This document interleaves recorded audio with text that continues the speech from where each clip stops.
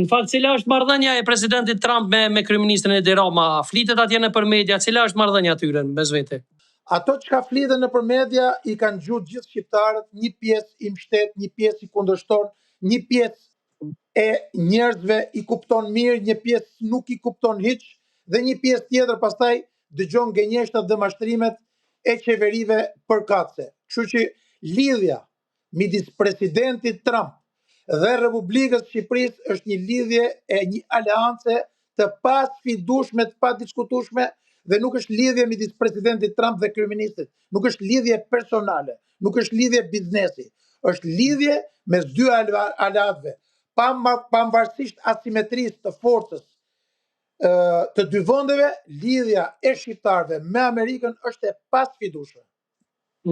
A mendoni që në të vërtetë dhëndri i presidentit Trump u bë mollësherrje këtyre protestave, apo është ndonjë diçka më e thellë ndërmjet Izraelit edhe presidentit edhe kryeministrit Rama?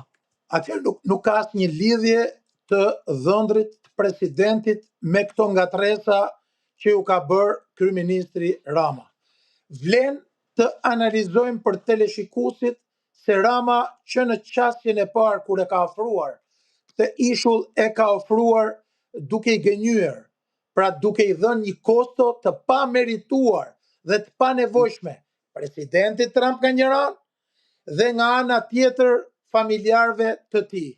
Sigurisht që deklarata ndaj vajzës dhe dhëndrit presidentit që ishulli është privat është një gënjeshtër, si mira gënjeshtat e Edi Ramës, i cili duke qenë në siklet madh për shkak të keq qeverisjes dhe problemeve të mëdha që ka me agjencitë ligjzbatuese amerikane, europiane, por jo vetëm, përpiqet që të përdori komardaren e rradhës për shpëtimin e karrigës. Dhe pikërisht kjo është çështja në rastin konkret.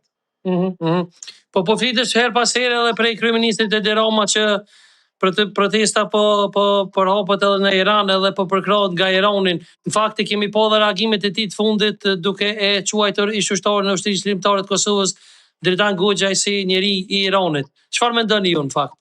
Është pjesë e propagandës edhe e asaj që njihet në Rusi dhe në Serbi si Putin's playbook.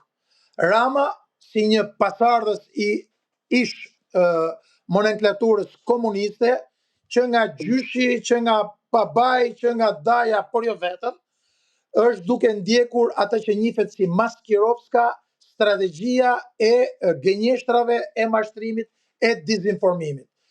Dhe në këtë këndvështrim së pari, deklaroi që janë protesta të financuara nga Greqia, të nesërmen nga Serbia, të pasnesërmen pastaj nga Irani dhe jo vetëm.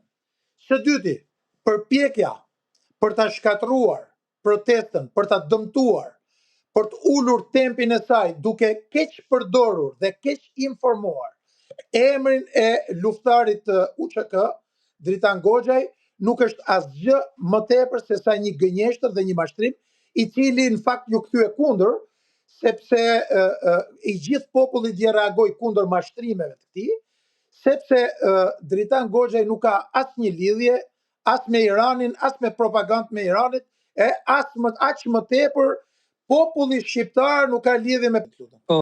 Por ajo që duket qartazi është një vëmendje e jashtëzakonshme e ambasadës amerikane, por edhe zyrave relevante të cilat janë përgjegjëse për çështje të ndryshme në drejtim të vëzhgimit të kësaj proteste madhështore, demokratike, të lirë, dhe gjëja më e mirë e kësaj proteste, veçoria më e madhe është mungesa e shkeljes më të vogël të ligjit, të cilën urojmë që deri në ditën e fundit vazhdojë atje.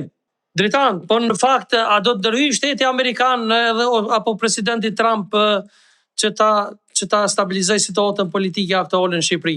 Në Shqipëri nuk ka asnjë destabilizim situate, ka vetëm keq qeverisje dhe këto protesta janë shprehje e vullnetit të popullit, e lirisë së shprehjes, e lirisë së lirë të protestës, të cilën Shtetet e Bashkuara të Amerikës e mbështesin dhe e promovojnë në gjithë botën.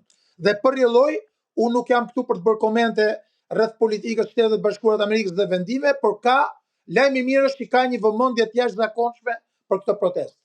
Nuk e di, nuk besoj, nuk mund të bëj asnjë lloj analize apo vlerësimi për çështje të tilla.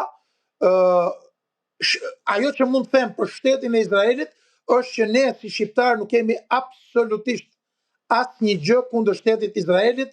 Është një aleat i cili sfundmi ndaj Kosovës, me njërin e Kosovës, por jo vetëm, ka qenë një vend i cili ka mbështetur politikat e Shqipërisë. Së pari, së dyti, paraqitja e pavërtet dhe dëmshme për ta paraqitur sikur populli shqiptar ka urrëtie ndaj popullit Izraelit është përsëri edhe ky një fake news, por ajo që na bën krenar është ajo që ka shqiptarët kanë bërë gjatë viteve, pra para luftës dytë botërore dhe gjatë luftës dytë botërore, duke mbrojtur jetën e çdo hebrej, gjë të cilën shqiptarët do të vazhdonin ta bënin, do të duhet ta bënin edhe sot.